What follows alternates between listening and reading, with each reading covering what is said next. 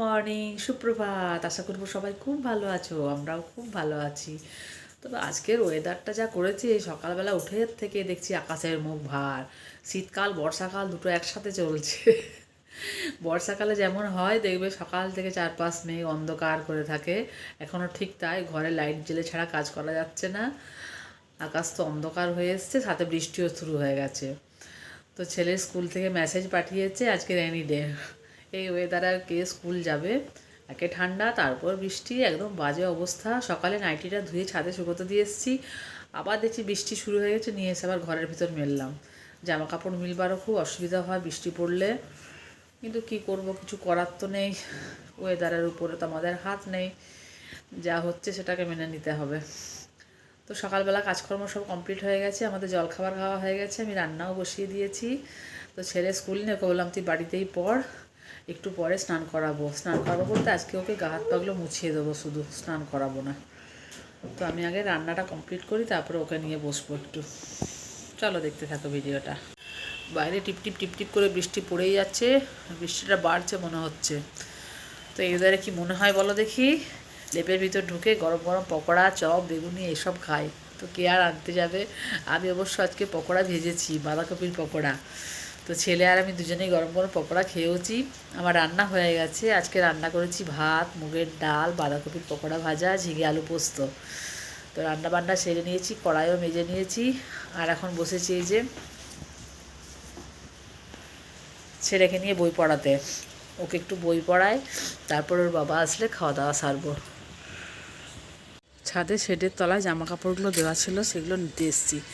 এসে দেখছি ছাদে চারপাশটা একদম কুয়াশায় ভর্তি, কিচ্ছু দেখা যাচ্ছে না।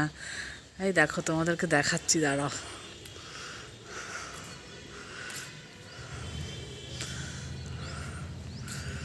দেখতে পাচ্ছ কেমন কুয়াশা দিয়েছে? মানে দূরের বাড়ি ঘরগুলো একদম আবছা দেখাচ্ছে।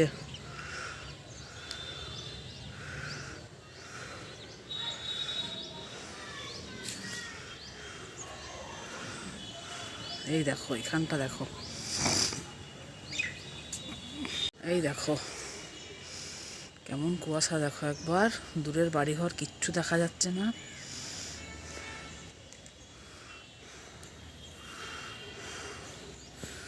মনে হচ্ছে না পাহাড়ি এলাকায় বসবাস করছি আমরা।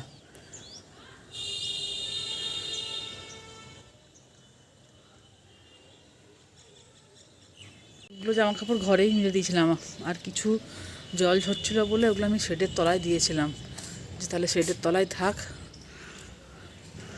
জলটা অন্তত ঝরুক। তো জলগুলো ঝরে গেছে, আজ তো আর রোদ দেবে না, এগুলো নিয়ে চলে যায়, নিয়ে গিয়ে ঘরেই মিলে দিই। চলো, খাওয়া দাওয়া তো হয়ে গেছে, এরপর লেপের ভিতরে ঢুকে পড়বো। গুড ইভিনিং বন্ধুরা। চা খেয়ে দিয়ে আমি বুটিকে গেছিলাম, তারপর একটু পরেই আবার মা গেল বুটিকে, যে বলছে যা তোর ছেলের খিদে পেয়েছে, খেতে দিবি, যে আমি বসছি। তো আমি আবার ওপরে এলাম, এসে ছেলে বলছে আমাকে সুজি বানিয়ে দাও, দুধ চিনি দিয়ে সুজি।